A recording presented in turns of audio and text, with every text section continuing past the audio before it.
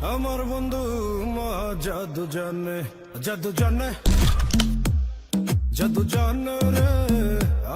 চীন মালয়েশিয়া সফরে কি অর্জন করলেন প্রধানমন্ত্রী তারেক রহমান? কেন নজর রাখছে পুরো বিশ্ব? চীন মালয়েশিয়া বিনিয়োগ কূটনীতি আর দক্ষিণ এশিয়ার নতুন সমীকরণ। প্রধানমন্ত্রী তারেক রহমানের এই সফর কি শুধু আনুষ্ঠানিক, নাকি বাংলাদেশের ভবিষ্যতের জন্য বড় কোনো বার্তা নিয়ে এসেছে? চলুন যাচাই করা তথ্যের ভিত্তিতে পুরো বিষয়টি জেনে নেওয়া যাক। বাংলাদেশের প্রধানমন্ত্রী তারেক রহমানের মালয়েশিয়া ও চীন সফর শেষ হয়েছে। এই সফরকে ঘিরে দেশ বিদেশে চলছে ব্যাপক আলোচনা। রাজনৈতিক বিশ্লেষকরা বলছেন এটি শুধু একটি বিদেশ সফর নয়, বরং বাংলাদেশের অর্থনীতি, কূটনীতি এবং আন্তর্জাতিক সম্পর্কের জন্য গুরুত্বপূর্ণ একটি অধ্যায় হতে পারে। সফরের প্রথম গন্তব্য ছিল মালয়েশিয়া। সেখানে দেশটির প্রধানমন্ত্রী আনোয়ার ইব্রাহিমের সঙ্গে দ্বিপক্ষীয় বৈঠকে শ্রমবাজার, বাণিজ্য, বিনিয়োগ, জ্বালানি, কৃষি, শিক্ষা, হালাল অর্থনীতি এবং প্রযুক্তি খাতে সহযোগিতা বাড়ানোর বিষয় নিয়ে আলোচনা হয়। বিশেষভাবে বাংলাদেশের জন্য মালয়েশিয়ার শ্রমবাজার পুনরায় চালুর বিষয়টি গুরুত্ব পেয়েছে। এছাড়া বাংলাদেশকে আসিয়ানের সঙ্গে আরও ঘনিষ্ঠভাবে যুক্ত করার বিষয়েও আলোচনা হয়েছে। মালয়েশিয়া সফরের আরেকটি বিষয় সামাজিক যোগাযোগ মাধ্যমে ব্যাপক আলোচনার জন্ম দেয়। দেশটির প্রধানমন্ত্রীর একটি ফেসবুক পোস্টে বাংলাদেশের জনপ্রিয় শিল্পী হাবিব ওয়াহিদের একটি গান ব্যবহৃত হয়। আমার বন্ধু জাদু জানে জাদু জানে। অনেকেই এটিকে বাংলাদেশের সংস্কৃতির প্রতি ইতিবাচক আগ্রহ হিসাবে দেখেছেন, তবে এটিকে প্রধানমন্ত্রী তারেক রহমানকে ব্যক্তিগতভাবে সম্মান জানানো হয়েছে এমন দাবি নিশ্চিতভাবে প্রমাণিত নয়। তাই যাচাই করা তথ্যের ভিত্তিতে বিষয়টি দেখা উচিত।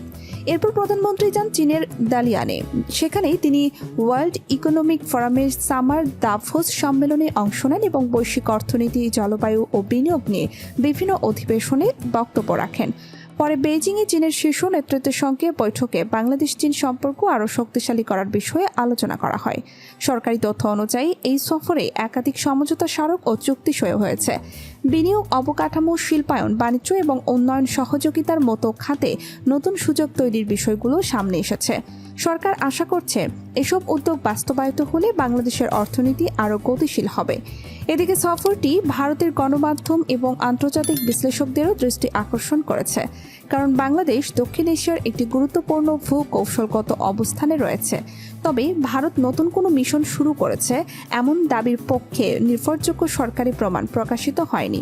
তাই এটিকে নিশ্চিত তথ্য নয়, বরং বিভিন্ন বিশ্লেষণ ও আলোচনার অংশ হিসাবেই দেখা উচিত।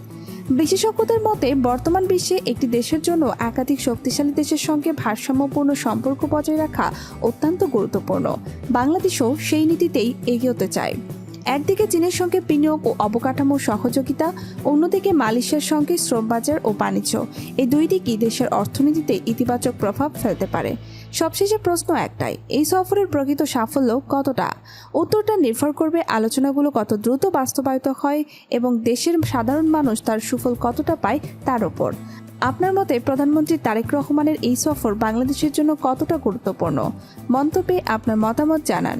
ভিডিওটি ভালো লাগলে অবশ্যই লাইক করুন, কমেন্টে আপনার প্রতিক্রিয়া লিখুন এবং চ্যানেলটি সাবস্ক্রাইব করুন। সর্বশেষ রাজনৈতিক আপডেট, গুরুত্বপূর্ণ সংবাদ বিশ্লেষণ এবং নির্ভরযোগ্য ভিডিও পেতে আমাদের সঙ্গেই থাকুন। ধন্যবাদ।